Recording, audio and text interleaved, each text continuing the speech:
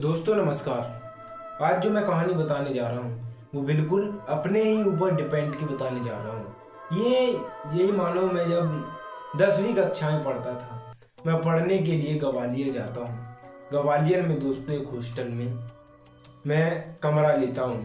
मैं हॉस्टल वालों से कहता हूँ कि मुझे एक कमरा अलग चाहिए, सबसे अलग, जिससे कि मैं पढ़ाई अपनी अच्छी तरीके से कर सकूँ, कोई मुझे डिस्टर्ब ना करे। इसलिए दोस्तों मुझे तीसरे फ्लोर पर अलग कमरा मिल गया। मैं रहता हूँ, मैं अपना सामान बढ़िया तरीके से सारी जगह लगा लेता हूँ। मैंने इसलिए कमरा अलग लिया दोस्तों क्योंकि मैं पढ़ने के उसमें थोड़ा सोचता था कि मैं अपने काम को लेकर फोकस में था, मुझे ये करना है तो करना है। उस समय फिर मैं कमरा ले लिया और फिर अपना सामान बढ़िया तरीके से लगाया, फिर नहाया धोया, खाना खाया और मैं लेट गया। अगले सुबह उठा, फिर अपनी कोचिंग गया, फिर कोचिंग से आया, फिर मैंने नहाया। मैं कोचिंग मेरी 6 बजे से थी तो मैं नहा के नहीं जा पाता था। फिर मैं आया, फिर मैंने नहाया और फिर खाना खाया, फिर अपने पढ़ने के लिए बैठ गया।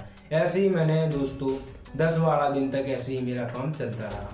फिर मैं जैसे कि दोस्तों मैं पहली बार दूर आया था घर वालों को छोड़कर पढ़ने के लिए, मम्मी पापा को छोड़कर पढ़ने के लिए मैं गांव से पहली बार आया था। फिर मुझे थोड़ी गांव की याद आने लगती है। तो फिर उसी समय कोचिंगों की छुट्टी हो जाती है 10-12 दिन की। तो मैं उन छुट्टियों में सोचता हूँ कि अब मैं गाँव जा सकता हूँ।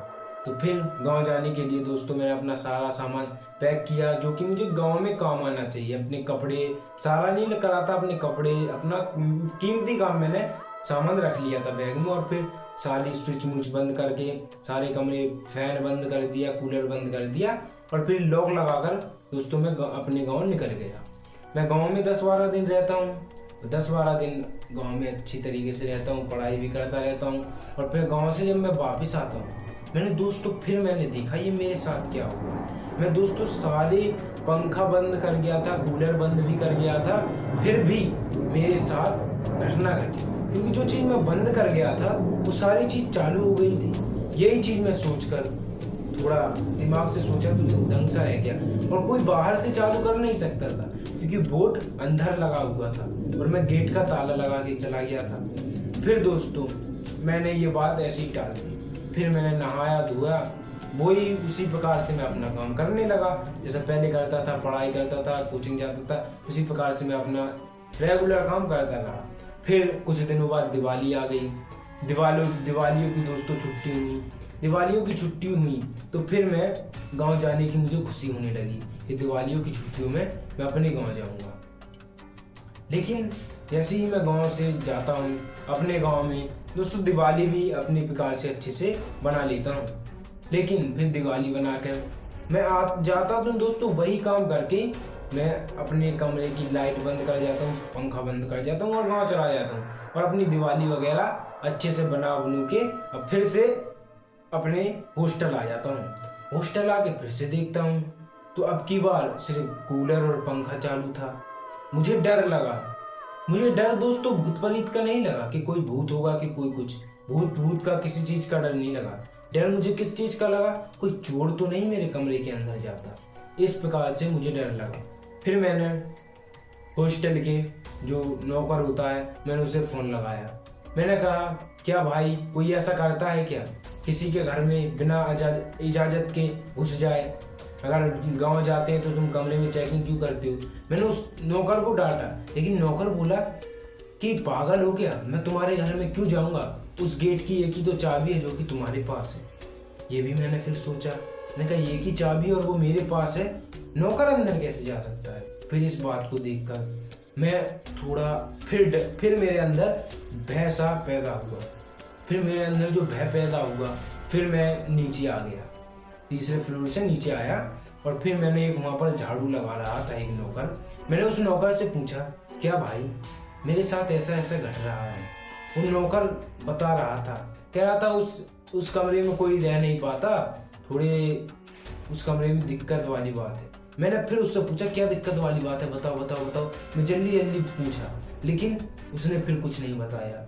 इस चीज को देखकर दोस्तों मैं डर गया। डरने के बाद फिर मैंने सोचा कि अब मैं यहाँ नहीं रहूँगा, मेरे साथ कुछ घटनाएं घट रही हैं। मैंने रहने के लिए एक रात तो जैसे मैं उसी में सोना था।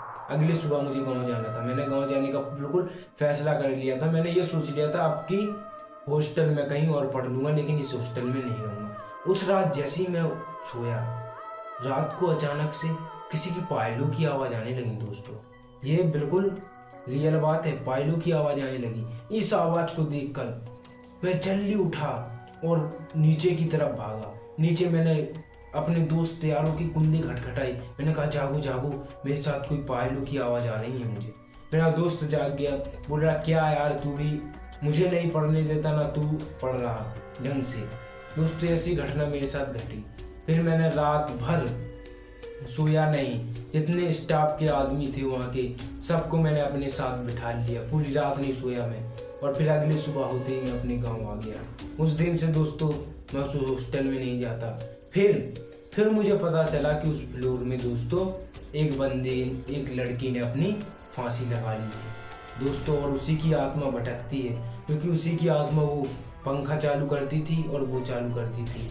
मैंने तो हाथ जोड़ लिए थे उस हॉस्टल में जाने से। आज तक मैं ग्वालियर की उस हॉस्टल में नहीं जाता दोस्तों।